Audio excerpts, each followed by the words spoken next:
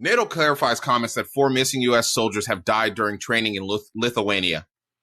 NATO on Wednesday clarified comments that Secretary General Mark Rutte made earlier in the day when he suggested that the 4 soldiers who went missing while training in Lithuania had died, even though the U.S. Army said that their fate has not yet been confirmed. The search is ongoing, NATO said in a statement posted on X. We regret any confusion about the remarks Sec Gen at NATO delivered on this day. He was referring to the emerging news reports and was not confirming the fate of the missing, which is still unknown. The U.S. Army said the Hercules armored vehicle that the 4 U.S. soldiers were in during a training exercise had been found submerged in a body of water. It said recovery efforts were underway by U.S. Army and Lieutenant Army forces and civilian agencies. The soldiers are all from 1st Brigade, 3rd Infantry Division, first conducting tactical training when they were missing. And the cool thing about it is, they asked. This was Senior West was talking about. Trump, he didn't know the news. That's one thing. The news reporters, when a news reporter got to come up and tell you, hey, you know about these 4 soldiers that are missing. He's like, nope, don't know nothing about it. I mean, you should have heard him the other time. No, this is the first time hearing about this. This is what he says, man. I mean, maybe he just does so many press conferences. Like, he's basically a press conference dude. Every day you want to be in front of the camera, but you don't know anything. How do you not know anything? I know you're supposed to have people. And I'm going to put it out there. They're like, yo, these people were killed. That's what they're saying. They're like, at first they said they died, then it turned they killed, and now they're trying to say we don't know what's wrong with them. So I'm thinking they're just trying to cover up because he didn't know. But they're saying these soldiers were killed. I understand. They said they died in Lithuania. Where did they say it happened at? Yeah, in Lithuania, right on the border of Belarus. So Belarus, I'm going to explain something to you guys. Russia and Belarus that used to be a former part of the Soviet Union, but they're a nuclear power because Russia put nuclear bombs in Belarus.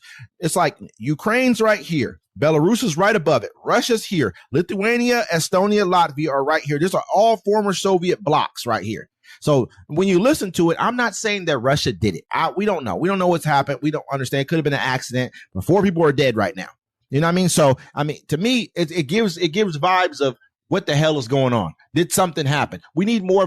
We're going to need more. I wish we had some like an independent research team to be able to go see what happened, because they can cover this shit up real easy for us. Yeah, and so nobody knows when it comes out. So say Russia did do it, right? What is he going to do about it? Because he surely didn't do anything about Russians putting bounties on the American soldiers when we were in Afghanistan. What else? No. What were the other thing that they did with the like some type? I think they put out like some type of emitting rate or something like that when they're in Afghanistan. They gave them major headaches. I think a couple of them may have died. I think it might have happened either in Afghanistan or Syria. Some of our troops died when that was when Iran shot the missile back at them or something. We'll research and talk more about it so we know for sure. Iran shot the missile at them, and a whole bunch of soldiers got messed up, and we didn't do that because he went in and assassinated somebody, and so Iran fired back at us, and they hit the base. And a bunch of soldiers got messed up, like, their ears and stuff got, Point of it is, man, this guy, I think they're going to just cover it up, whatever it is. But let's just hope that whatever happened, let's say peace to the families, of course, you know what I mean? Like, we don't want to make this politicize this too much because we don't know what happened. You know what I mean? Always. Of course, that's America. I don't want anyone to ever question that. Like, I come from a long family of armed forces. Me too. I mean, probably like 4 of my uncles were in the military. I mean, my father, my grandfather. You know what I'm saying? So let's never get that twisted. Don't get me wrong. I'm not blind. I'm not blindly going to ever follow anything. And I don't like having to deal with people that don't take accountability for it. Think about it. Okay, let's just keep it 100. Look, you set war plans of attack, and you're so delusional or so lazy. You sent it to a journalist. Then you tried to say the journalist was a crock, and then he put some of the text out. Then you said, oh, he put himself in there. You know what I'm saying? Somehow he put himself inside Signal, and most people don't understand Signal. People use that to cheat on their wives. You know what I'm saying? It's an app to cheat on your spouse. Just give up the game, huh? Just give up everything. Everybody knew. I never heard before. Because you ain't hit the game, brother. You ain't hit the game. You don't know how to get around these walls. I'm just saying.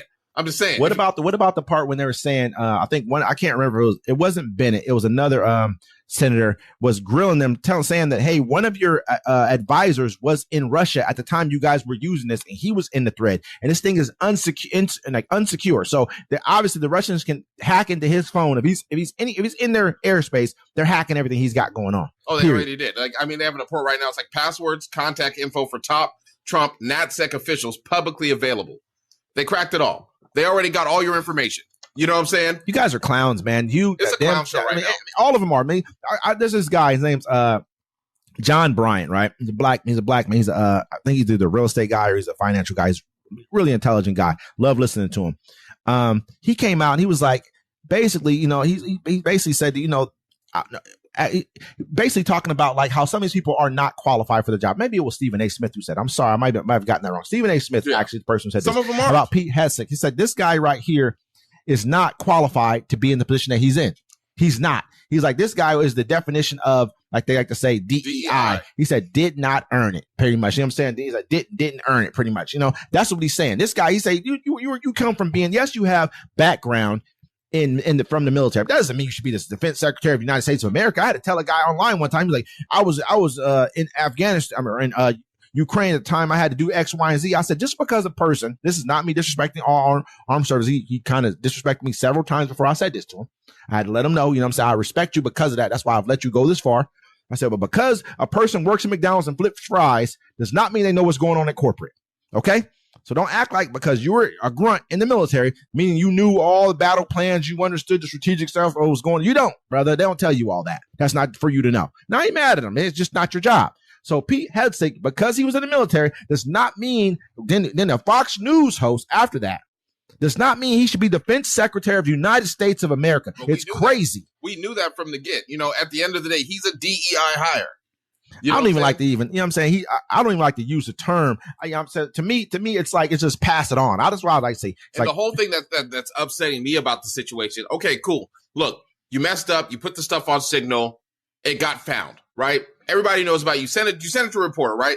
They're not owning it. Every time you ask any last one of them, they're just like, well, the Biden administration did this and this. We're not on the Biden administration. We're on yours. The first 3 weeks. No accountability. I said 3 weeks, like I said before, after 3 weeks, Trump had changed everything Biden did. So you can't blame anything on them. They say, well, Biden left us this weak economy. What does that have to do with you using your personal phones to send top secret messages? He didn't leave you a weak economy. You guys left him it's just the revisionist history is crazy in this, man. And I know I look like I'm frustrated about it, but if you guys only understood and knew the lies that are being told here, we had one of the strongest economies in the world when Biden left office. During his time and during his tenure, during a global recession, and all countries were going through recession, like like economic results at the time. Everyone else was going through problems. We came out of this pretty much unscathed. We came out of this with high inflation, but the whole entire fucking world had problems with their oil prices. Everybody did. The oil was high. They understood when you're going into an election year, the OPEC uses that. That's Saudis. That's all the people who really run the oil trade. They use oil prices to kind of dictate who they want to be president. That's their way of interfering in our elections. Without Russians, they use bots and they use Elon Musk and whoever else people that they got going on. They use those kind of people. What OPEC does, the Saudis and everyone else, they use oil prices. If they can kick the oil prices high, people are going to complain. They're like, man, these oil prices are high, man. We don't, that's what they're going to do. So people need to understand that. But at the end of the day, man, this is just, to me, it's very, very bad business. They sat there and they were disrespectful. They wouldn't even want it. Felt like they didn't have to answer questions. They basically shot back at people for things. And when you know you're wrong, own it. Live up to the expectation that you set for yourself.